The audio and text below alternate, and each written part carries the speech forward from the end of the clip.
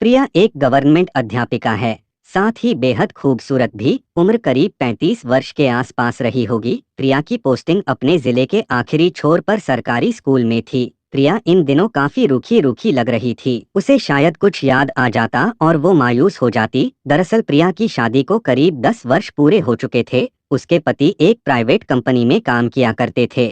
एक दिन वो शाम को घर लौट रहे थे कि उनका एक्सीडेंट हो गया था और वो अब इस दुनिया में नहीं रहे। प्रिया काफी दुखी रहने लगी और यह घटना शादी के 2.5 साल बाद ही हो गई। प्रिया को अपनी नौकरी करके जीवन जीना पड़ रहा था। हालांकि सरकारी नौकरी थी, परंतु उन्हें घर से दूर रहना पड़ रहा था। गांव में किसी के मकान पर कमरा लेना पड़ा और वह अकेले रहने लगी। मकान मालिक के घर में एक लड़का और रहता था जिसका नाम गणेश था। वह अपनी पढ़ाई पूरी कर रहा था, इसीलिए वह भी अकेला उसी घर में कमरा किराए पर लेकर रह रहा था। गणेश की उम्र करीब 21 वर्ष थी। गणेश दिल से काफी संवेदनशील था, अपने काम से काम रखता था और किसी से फालतू बातें नहीं करता था। प्रिया व गणेश दोनों एक ही मकान मालिक के घर में रहते थे।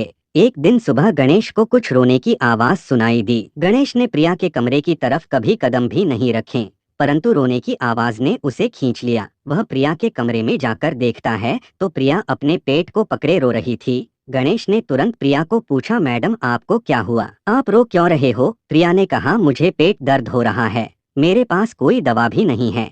तो गणेश ने कहा, आप घबराइए मत, मैं आपको हॉस्पिटल लेकर चलता हूँ। गणेश की बात प्रिया को अच्छी लगी और दोनों हॉस्पिटल जाते हैं। प्रिया अब कुछ देर बाद आराम की सांस ले रही थी। गणेश ने कहा, मैडम आप यहाँ पर अकेले रहते हैं और आपसे यहाँ पर कोई मिलने भी नहीं आता, आपकी फैमिली में सब ठीक तो है ना? प्रिया ने कहा, नहीं, मेरी खुशियाँ शायद भगवान को मंजूर नहीं है, वह मुझे खुश नहीं देखना चाहते। आज से करीब 4 साल पहले मेरे पति को इन्होंने मुझसे छीन लिया। मैं तो यहाँ पर नौकरी करके अपना गुजारा कर रही। दोनों अपने कमरे पर वापस लौट जाते हैं। गणेश को बहुत ही बुरा फील होता है, परंतु गणेश और प्रिया की अब दोस्ती हो चुकी थी। प्रिया को कोई भी तकलीफ होती तो गणेश तुरंत उनकी मदद करने को तैयार रहता। धीरे धीरे दोनों में गहरी दोस्ती हो गई। यहाँ तक ठीक था, परंतु एक दिन गणेश और प्रिया शॉपिंग करने बाजार चले जाते हैं। गणेश को प्रिया अच्छी लगने लगी और प्रिया के मन में ऐसा कुछ नहीं था। प्रिया गणेश को अपना एक दोस्त मानती थी।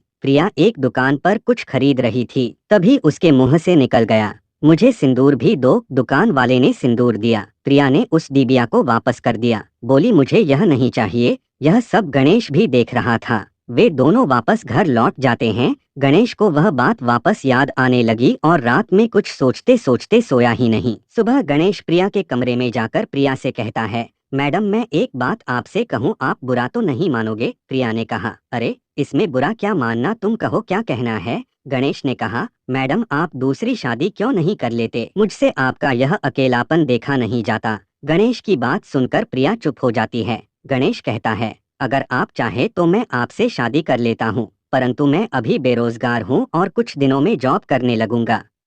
अगर आपको सही लगे तो आप मुझसे शादी कर लीजिए। प्रिया कुछ बोलते हुए कहती है, अशोक शायद तुम्हें मेरी उम्र का अंदाजा नहीं है, मैं आपसे करीब 14 वर्ष बड़ी हूँ और तुम मुझसे शादी क्यों करना चाहते हो? गणेश कहता है, आपको खुश देखना चाहता हूँ और आपकी मायूसी मुझे अच्छी नहीं लगती। आप उम्र पर मत जाइए, मुझे आपसे प्यार हो गया है, आप मुझे निराश मत करना प्लीज। प्रिया के मन में गणेश की बातों का गहरा सम्मान था। उसने कहा, मैं कुछ सोचकर जवाब दूंगी। गणेश ने उस दुकान से सिंदूर की डिबिया खरीद ली थी और चुपके से प्रिया के कमरे में रख दी। 2 दिन बाद प्रिया गणेश के कमरे में आती है। इसके पहले वह गणेश के कमरे में कभी नहीं आई थी। गणेश प्रिया को देखकर बड़ा खुश होता है और प्रिया को बैठने के लिए कहता है। प्रिया गणेश से कहती है, क्या तुम मेरे हमसफर बनोगे? अशोक तुरंत हाँ बोलता है। वो कहती है, मैं तुमसे 14 वर्ष बड़ी हूँ, क्या यह तुम्हें अच्छा लगेगा? गणेश कहता है, मुझे इससे कोई फर्क नहीं पड़ता। वह कहती है, मैं विधवा भी हूँ। गणेश कहता है, इसमें आपका कोई कसूर नहीं है। यह सुनकर प्रिया गणेश को गले लगा लेती है और दोनों ने अपने जीवन को जीने का मार्ग अपना लिया। 2 दिन बाद मंदिर में जाकर दोनों ने शादी कर ली और खुशी से रहने लगे।